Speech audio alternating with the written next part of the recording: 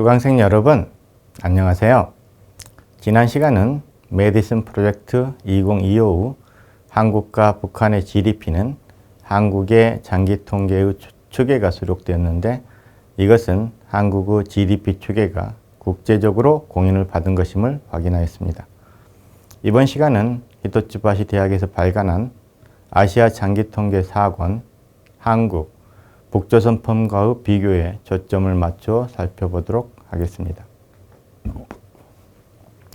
일본 히토츠바시 대학은 총 12권으로 구성된 아시아 장기 통계 시리즈를 구상하고 있는데 제1권은 대만, 제2권은 베트남, 제3권은 중국, 제4권은 한국 북조선, 제5권은 타이, 제6권은 인도, 파키스탄, 제7권은 필리핀, 제8권은 인도네시아, 제9권은 터키, 이집트, 제10권은 러시아, 제11권은 중앙아시아, 제12권은 일본입니다. 2008년에 제1권 대만편이 출판되었고 2014년에 제3권 중국편이 출판되었으며 2018년에 제4권 한국 북조선 편이 출판되었습니다. 2020년에는 제10권 러시아 편이 출판되어 현재 4권이 출판되어 있는데 점차 다른 책들도 출판되어 나올 예정입니다. 제4권 한국 북조선 편은 오다카 고노스케, 사이토 오사무, 후카오 교지 3분이 감수를 하였고 미조구치 도시유키, 표학길, 문호일 3분이 공동으로 편집하였습니다.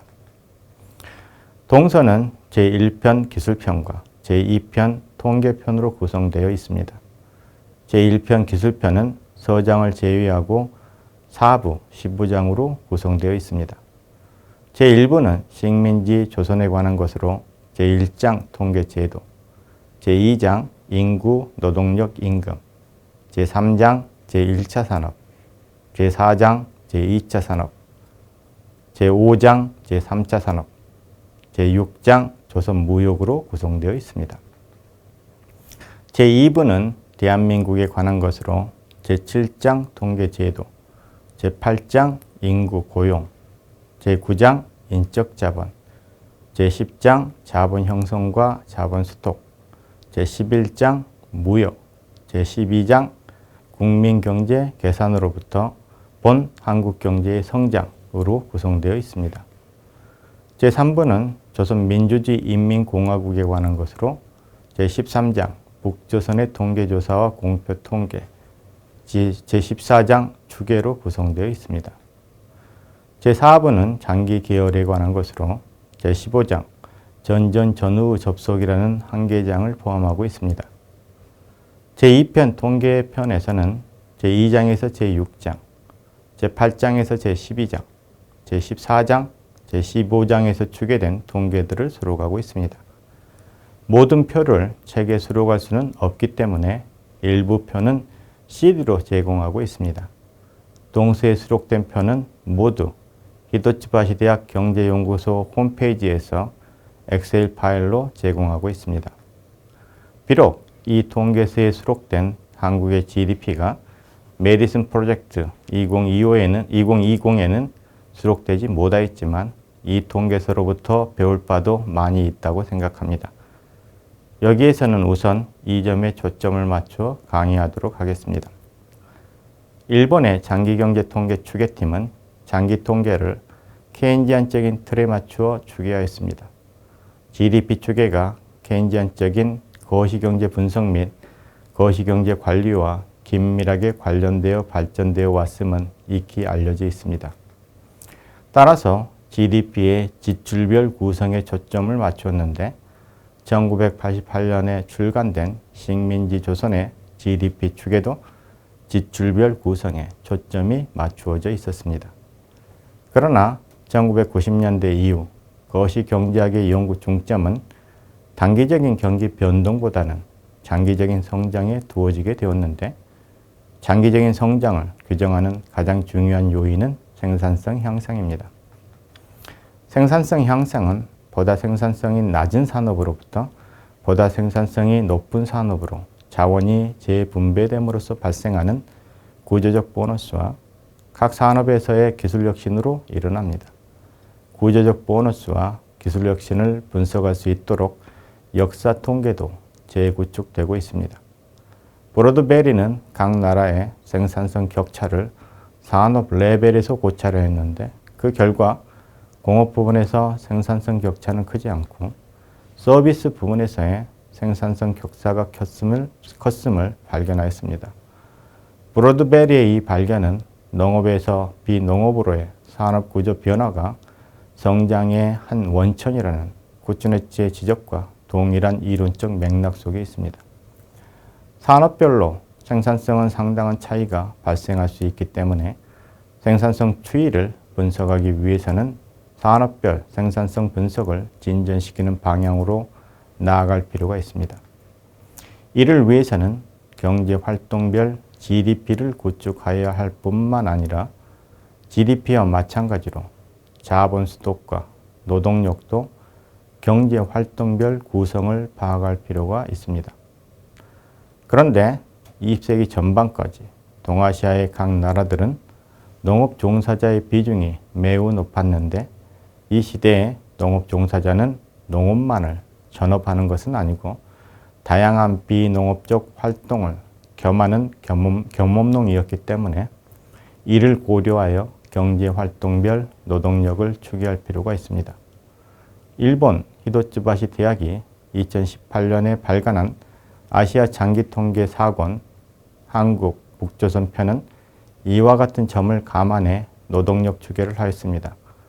저는 2006년에 일본의 히도츠바시 대학의 개곤연구원으로 있었는데 당시 일제강점기 조선의 인구와 노동력 추계를 한 바 있습니다. 히도츠바시 대학이 2018년에 발간한 아시아 장기통계 4권 한국 북조선 편에 수록된 일제강점기 조선의 인구와 노동력 통계는 2006년에 제가 히도츠바시에서 했던 추계를 실은 것입니다. 한국의 장기 통계는 가공된 통계보다는 원 통계를 게재하는 것을 원칙으로 하였고 생산성 분석을 중점에 두지는 않았기 때문에 아시아 장기 통계 4권 한국 북조선 편과 달리 경제활동별 노동력 통계를 갖추지는 못하였습니다.